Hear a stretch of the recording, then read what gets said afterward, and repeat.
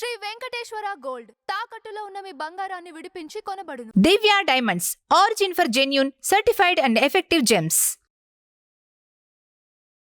Team media ప్రేక్షకులకు స్వాగతం, సుస్వాగతం. దినదర్శిని కార్యక్రమంలో ఆగస్టు 10వ తారీఖు ఆదివారం. ఈరోజు పంచాంగం వివరాలు, మరి ద్వాదశ రాశుల యొక్క ఫలితాలు క్లుప్తంగా, ఈరోజు చేసుకోవాల్సిన పరిహారాలు, ఈరోజు ప్రత్యేకతలు ఇత్యాది వివరాలన్నీ కూడా మనం తెలుసుకుందాం. ఈరోజు సూర్యోదయం 6:02 అస్తమయం సాయంకాలం 6:41 అవుతుంది. ఇక ఈరోజు తిథికి వస్తే శ్రావణ బహుళ పాడ్యమి మధ్యాహ్నం 12:09 వెళ్ళిపోయి విధియ ప్రవేశించడం అనేది జరుగుతుంది. ఇక నక్షత్రంకి వచ్చేప్పటికీ ధనిష్ట నక్షత్రం మధ్యాహ్నం 1:53 వరకు ఉంటుంది. తదనంతరం శతభిష నక్షత్రం. ఇక దినవారీ యోగంలో శోభన యోగం అనేది అర్ధరాత్రి 12:03 వరకు ఉంటుంది. తదనంతరం అతిగండ యోగం అనేది ఉంటుంది. ఇక ఈరోజు మరి శుభముహూర్తాల విషయానికి వస్తే బ్రహ్మీ ముహూర్తం అనేది తెల్లవారుజామున 4:31 ప్రారంభమై 5:16 వరకు కొనసాగుతుంది. అభిజిత్ లగ్నం ఉదయం 11:56 ప్రారంభమై మధ్యాహ్నం 12:47 పూర్తవుతుంది. అమృత గడియలు ఈరోజు లేవు. ఇక విజయ ముహూర్తం అనేది రోజులాగానే 2:28 ప్రారంభమై మధ్యాహ్నం 3:19 ముగుస్తుంది. ఈరోజు మరి ప్రత్యేక యోగాల్లో మాతంగ యోగం అనేది మధ్యాహ్నం 1:53 వరకు ఉంటుంది. ఇక ద్విపుష్కర యోగం అని చాలా విశిష్టమైన యోగం అనేది మధ్యాహ్నం 12 గంటల నుంచి 1:53 వరకు ఉంటుంది. ఇది చాలా అద్భుతమైన కాలం. ఏదైనా మనం ప్రత్యేకమైన పనులు చేయాలన్నా, ప్రత్యేకమైన దస్తావేజులు, దరఖాస్తులు ఇలాంటివి ఏవైనా సరే ప్రత్యేకమైన పనులు చేయాలి అనుకుంటే కనుక ఈ ద్విపుష్కర యోగం అనేది మంచి యోగం. కనుక ఈ మధ్యాహ్నం 12 గంటల నుంచి 1:53 మధ్య ఏదైనా సరే మనం దానికి సంబంధించిన కార్యక్రమాలు అయితే తప్పకుండా మీ యొక్క తిథి వార నక్షత్రాలతో సంబంధం లేకుండా ఖచ్చితంగా చేసుకోవచ్చు. ఇక వర్జించవలసిన సమయాల్లోకి వస్తే వర్జం అనేది రాత్రి 8:49 ప్రారంభమై రాత్రి 10:21 వరకు ఉంటుంది. ఇక దుర్ముహూర్తం సాయంకాలం 5 గంటలకు ప్రారంభమై 5:51 వరకు ఉంటుంది.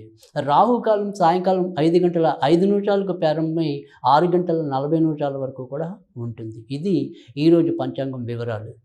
ఇక ఈరోజు తారాబలం ఏ ఏ నక్షత్రాల వారికి అనుకూలకంగా ఉంటుంది అనేది కనుక చూసుకుంటే ధనిష్ట నక్షత్రం అనేది మధ్యాహ్నం 1:53 వరకు ఉంటుంది.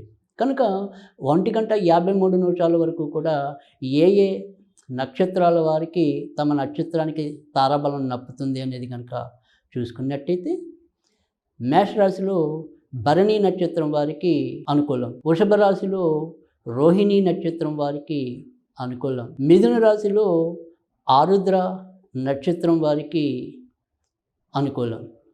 మరి అలా రకంగా పునర్వసు నక్షత్రం వారికి కూడా అనుకూలం. కర్కాటక రాశి విషయానికి వస్తే కనుక పుష్యమి నక్షత్రం వారికి, పునర్వసు 4వ పాదం వారికి మరియు 3 నక్షత్రాల వారికి కూడా అనుకూలమే ఆశ్లేష నక్షత్రానికి. సింహరాశి విషయానికి వస్తే కనుక పుబ్బ నక్షత్రం వారికి అనుకూలం, కన్యా రాశిలో హస్త నక్షత్రం వారికి అనుకూలం, తులారాశిలో స్వాతి నక్షత్రం వారికి మరియు విశాఖ నక్షత్రం వారికి అనుకూలం, వృశ్చిక రాశిలో జ్యేష్ఠ నక్షత్రం, విశాఖ 4వ పాదం వారికి అనుకూలం, ధనుర్రాశిలో కేవలం పూర్వాషాఢ నక్షత్రానికి, మకర రాశిలో కేవలం శ్రవణ నక్షత్రం వారికి, కుంభరాశిలో మరి శతభిష నక్షత్రం వారికి, పూర్వభద్ర నక్షత్రాల వారికే అనుకూలం, మీనరాశిలో పూర్వభద్ర 4వ పాదం వారికి, రేవతి నక్షత్రం వారికి అనుకూలం. ఇది తారాబలం వివరాలు. ఇక ఈరోజు క్లుప్తంగా మరి వివిధ రాశుల యొక్క ఫలితాల గురించి తెలుసుకుందాం. మేషరాశి వారికి ఆరోగ్యం జాగ్రత్తగా చూసుకోవాలి. దెబ్బలు తగిలించుకోవటం, మరి ఏవైనా సరే గాయాల పాలవటం ఇలాంటి ఇబ్బందులు ఉన్నప్పటికీ కూడా ఇతరత్ర చాలా మంచి కాలంగానే చెప్పాలి. వృత్తి ఉద్యోగాల్లో అయితేనేమి, బంధుమిత్రాలతో సమాగమాలు అయితేనేమి మొత్తం మీద ఆనందంగా గడపగలుగుతారు. వృషభ రాశి వారికి కూడా ఖర్చులు అధికంగా ఉన్నప్పటికీ ఈరోజు ఎక్కువ శాతం మంచి ఫలితాలు ఉంటాయి. అయితే భార్యాభర్తల మధ్య స్వల్ప విభేదాలు చేసుకుంటాయి.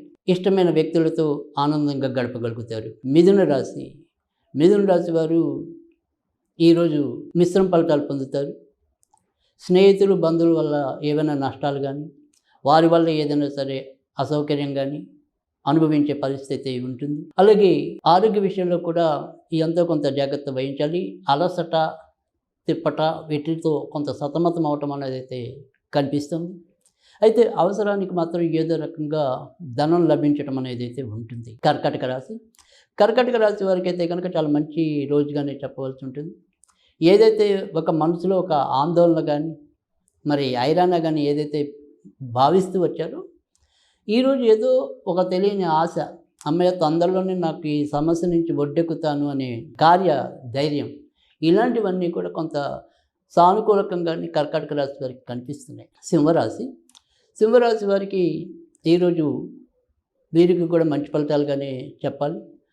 అష్టమ శని ప్రభావం వల్ల చిన్న చిన్న ఆలస్యాలు, ఆటంకాలు ఎదురైనప్పటికీ కూడా మీ యొక్క పట్టుదలతో విశ్రాంతి లేకుండా కార్య సాఫల్యత కోసం ప్రయత్నించే మీ మనోరథం మిమ్మల్ని ఈరోజు విజేతగా నిలుపుతాయి. ఇక ఇంటి సమస్యలు చిన్న చిన్నవి ఉన్నప్పటికీ కూడా అవి మరీ మిమ్మల్ని బాధించి మీ మనసుని పాడు చేసేంత పెద్దవిగా మాత్రం కావు కనుక దానికి మీరు ఆనందించవచ్చు.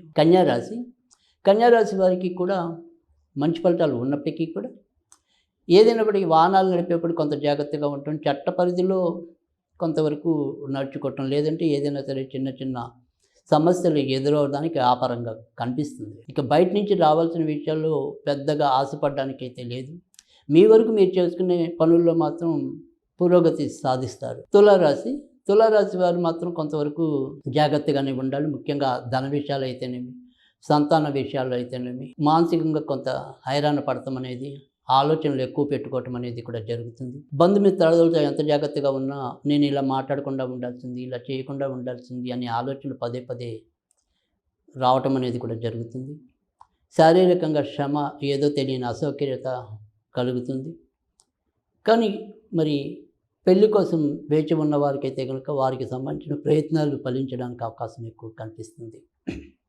వృశ్చిక రాశి వారికి అయితే కనుక మాట ఇంటిలో చెల్లుబాటు కాలేకపోవటం, ఇంటికి సంబంధించిన వ్యక్తుల పరంగానే ఏదో రకమైన శత్రుత్వాలు ఎదురవుతూ ఉండడం, మనం ఎంత జాగ్రత్తగా వ్యవహరించినప్పటికీ కూడా అవతల వ్యక్తుల రహస్య ప్రవర్తనతో మనని విసిగించటం, ఇలాంటివన్నీ కూడా కొంత వీరు ఆందోళన చెందడం అనేది జరుగుతుంది. ఇంటికి ఏదైనా సరే మనం వస్తువులు సమకూర్చుకోవటం కానీ, మరమ్మతులు చేసుకోవడం, వాహనాలకు కానీ ఇలా ఏమైనప్పటికీ కూడా అలాంటి విషయాల్లో అయితే కనుక ఈరోజు ఎంతో కొంత ముందుకెళ్ళటం అనేది, లేదా వాటి అవసరం రావటం అనేది కూడా ఉండొచ్చు. మొత్తం మీద మిశ్రమ ఫలితాలు కానీ ఈరోజు చెప్పవలసి ఉంటుంది. ధనురాశి వారికి అయితే కనుక సంతానపరంగా ఏవైనా సరే కొంత సౌఖ్యం పెరగటం, అనుకోకుండా ఏమైనా సరే చిన్న చిన్న ప్రయాణాలు చేయవలసిన పరిస్థితులు ఏర్పడటం, ఇక ఇరుగు పొరుగు వారితో సాధ్యమైనంత వరకు జాగ్రత్తగా వ్యవహరించటం అనేది ఈరోజు ముఖ్యాంశాలు. ఇక మిగతా వాటిలో పెద్దగా చెప్పుకోదగిన ఇబ్బందులు అయితే రావు. అవసరానికైతే ఏదో విధంగా సమస్యల నుంచి ఒడ్డెక్కుతారు. మకర రాశి వారు ఆర్థికంగా పెట్టుబడులు ఏం పెడుతున్నామో ఒక పథకం ప్రకారం పెట్టుకోకపోతే ఇవాళ కొద్దిగా నష్టపోయే సూచనలు ఉంటాయి.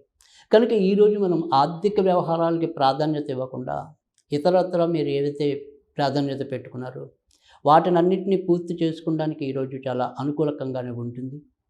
ఇక మనం ఏదైనప్పటికీ కూడా అంటే మనం కొత్త విషయాల జోలికి వెళ్లకుండా ఉంటే, లేదు ఇది ఖచ్చితంగా దీనికి మనం పెట్టుబడి పెట్టచ్చు అనేది ఏదైతే ఉంటుందో అంతవరకు పెట్టుబడి పెట్టుకోండి తప్ప కొత్తగా ఏదో వ్యాపారం చేసేయాలని, కొత్తగా దేని మీద ఇన్వెస్ట్మెంట్ చేసేయాలని అలాంటివి కాదు. మనకి ఏదో సరే ఇవాళ ఒక వాహనం కొనుక్కోవాలి, దానికోసం డబ్బు ఖర్చు పెట్టాలి అంటే అది వేరు. సో దానికోసం అయితే కనుక మీరు ఖచ్చితంగా చేసుకోవచ్చు.